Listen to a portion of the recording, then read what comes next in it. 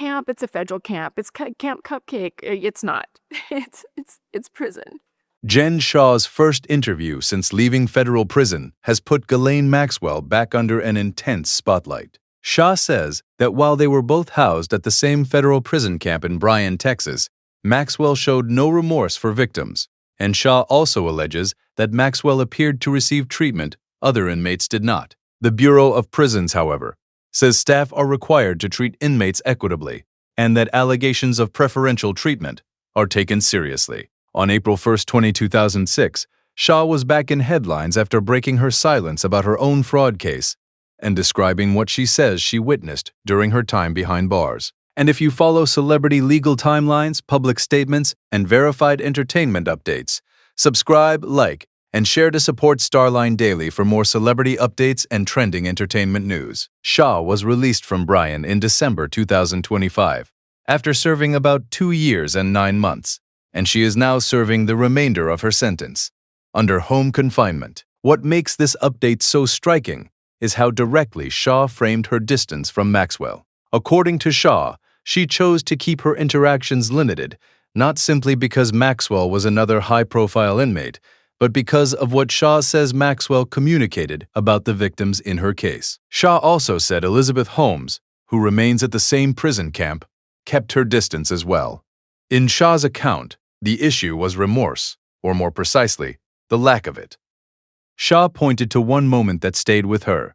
She said that when victims were appearing on television and speaking before Congress about the release of files tied to the broader Epstein story, Maxwell was dismissive.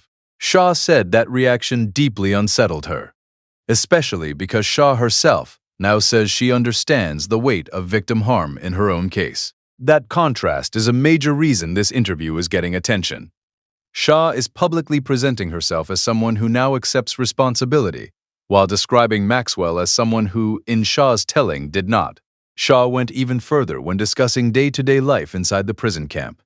She alleged that Maxwell was given private workout sessions, special meals, bottled water, and did not have to follow the same process other inmates used to schedule legal calls. Those are Shah's allegations. The Bureau of Prisons responded that its standards explicitly prohibit preferential treatment, that staff are required to treat inmates according to policy, and that any alleged misconduct is subject to internal investigation and possible discipline. So at this point, the public record contains Shah's account and the Bureau's denial, not a formal finding that her claims were proven. To understand why Shah's words are landing so hard, it helps to remember where she is in her own timeline. Shah was arrested in March 2021, later pleaded guilty to conspiracy to commit wire fraud, and in January 2003 was sentenced to 78 months in prison for what federal prosecutors described as a nationwide telemarketing fraud scheme. In her new interview, Shah said plainly that she was wrong, that she made bad decisions, and that she is focused on repaying more than $6.6 million in restitution. That does not erase her conviction, but it does explain why she is trying to frame this chapter as accountability rather than denial. Maxwell's legal timeline is very different and far more settled than some headlines sometimes make it sound. She was convicted by a New York jury in 2200 for recruiting and grooming underage girls for Jeffrey Epstein, and in June 2022, she was sentenced to 20 years in prison. Federal prosecutors said the sentence reflected her role in a years-long conspiracy tied to the sexual abuse of minors. In other words, the core criminal case against Maxwell is not a matter of rumor or unresolved accusation. She was convicted, sentenced, and remains incarcerated. As for where Maxwell stands right now, there are two key updates. First, the Bureau of Prisons confirmed in August 2025 that she was transferred from a low-security prison in Florida to the minimum security federal prison camp in Bryan, Texas, which is the same facility where Shah served her sentence. Second, the U.S. Supreme Court declined in October 2025 to hear Maxwell's appeal, leaving her conviction and 20-year sentence in place. Her lawyers have signaled they would continue pursuing other avenues, but as of the latest available information, there has been no reversal of the conviction. There is also a broader public backdrop to Shah's comments. In recent months, judges have approved the release of some grand jury materials tied to Epstein's 2019 case and Maxwell's 2021 case under a new law requiring more disclosure. But those rulings came with an important warning from the court. The materials being unsealed do not identify any additional person as having had sexual contact with a minor, and they do not reveal any previously unknown client list. That matters because it separates what is officially in the court record from the much larger cloud of public speculation that still surrounds the Epstein story. So why does this interview matter in the celebrity news cycle right now?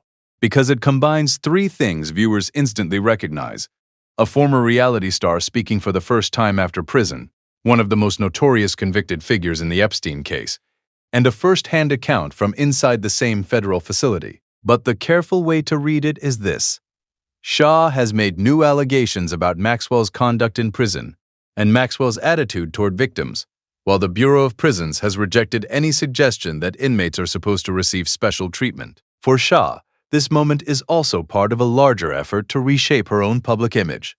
In that same post-release interview, she said she wants to make amends, pay restitution, and be seen as more than a headline about fraud. Whether viewers accept that is a different question. But it explains why she is speaking now, and why she is linking her own claimed remorse to what she says she observed in Maxwell. It is a sharp contrast, and clearly an intentional one. As of now, the clearest confirmed update is this: Jen Shah is out of prison and in home confinement. Ghislaine Maxwell remains incarcerated on a 20-year sentence, and Shah's comments have added a new layer of public scrutiny to an already high-profile case. The unresolved question is whether any future court filings, prison records, or newly unsealed materials will change the public understanding in a meaningful way. That has not been publicly confirmed. Thanks for watching Starline Daily, and thank you for spending a few minutes with us on a story where the facts, the timeline, and the language all matter.